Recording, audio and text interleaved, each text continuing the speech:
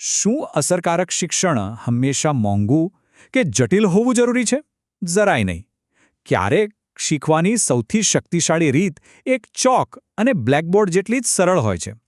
તો ચાલો આપણે ભારતના એક વર્ગખંડમાં જઈએ અને જોઈએ કે કેવી રીતે એક સાવ સાદી રમત શિક્ષણમાં મોટો બદલાવ લાવી રહી છે. આખી વાત એક એવા સવાલથી શરૂ થાય છે જે શિક્ષણના મૂળમાં છે. એક એવો પડકાર જેનો સામનો દુનિયાભરના શિક્ષકો અને માતાપિતા દરરોજ કરે છે.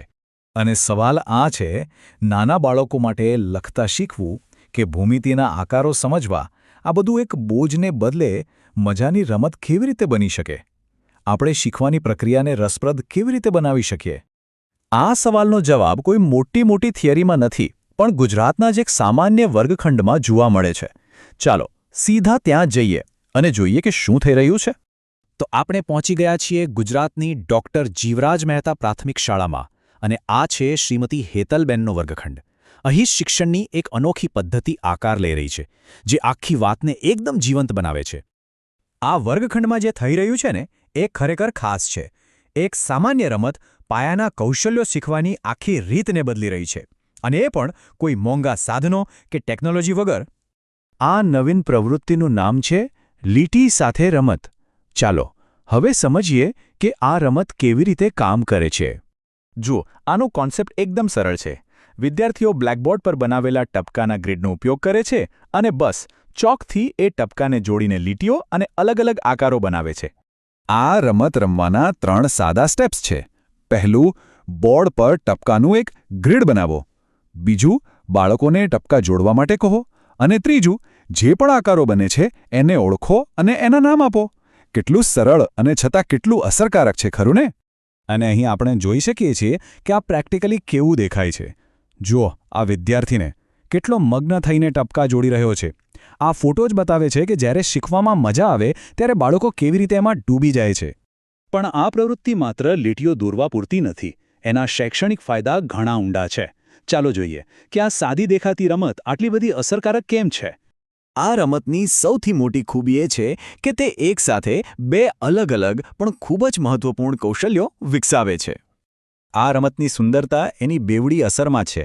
એક તરફ જ્યારે બાળકો ટપકા જોડીને ચોરસ અને ત્રિકોણ જેવા આકારો બનાવે છે, ત્યારે તેઓ અજાણતા જ ભૂમિતિ અને ગણિત શીખી રહ્યા હોય છે.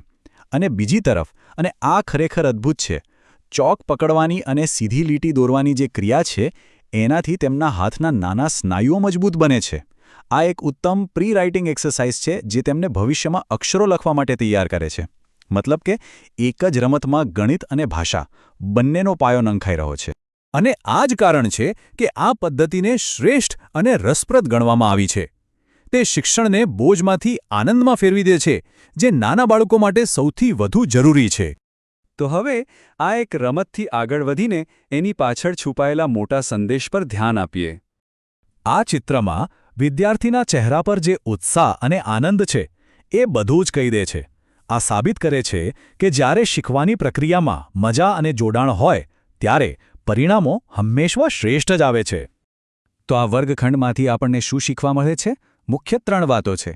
પહેલું, અસરકારક શિક્ષણ માટે મોંઘા સાધનો નહીં, પણ સર્જનાત્મકતા વધુ મહત્વની છે. બીજું, ટેકનોલોજી કરતાં વિદ્યાર્થીઓનું સક્રિયપણે જોડાવું વધુ શક્તિશાળી છે. અને ત્રીજું, ક્યારેક સૌથી સાદા વિચારોની અસર સૌથી ઊંડી હોય છે. અંતે આ આખા વિશ્લેષણનો સાર એટલો જ છે કે શ્રેષ્ઠ શૈક્ષણિક સાધનો એ નથી જે સૌથી મોંઘા હોય, પણ એ છે જે બાળકની અંદર રહેલી જિજ્ઞાસા અને કલ્પનાશક્તિને જગાડે છે. આ ઉદાહરણ આપણને બધાને વિચારવા માટે મજબૂર કરે છે કે આપણા પોતાના સમુદાયોમાં, આપણા વર્ગખંડોમાં આવા બીજા કયા સરળ પણ શક્તિશાળી વિચારો છુપાયેલા છે જે શીખવાની પ્રક્રિયાને વધુ સારી બનાવી શકે છે.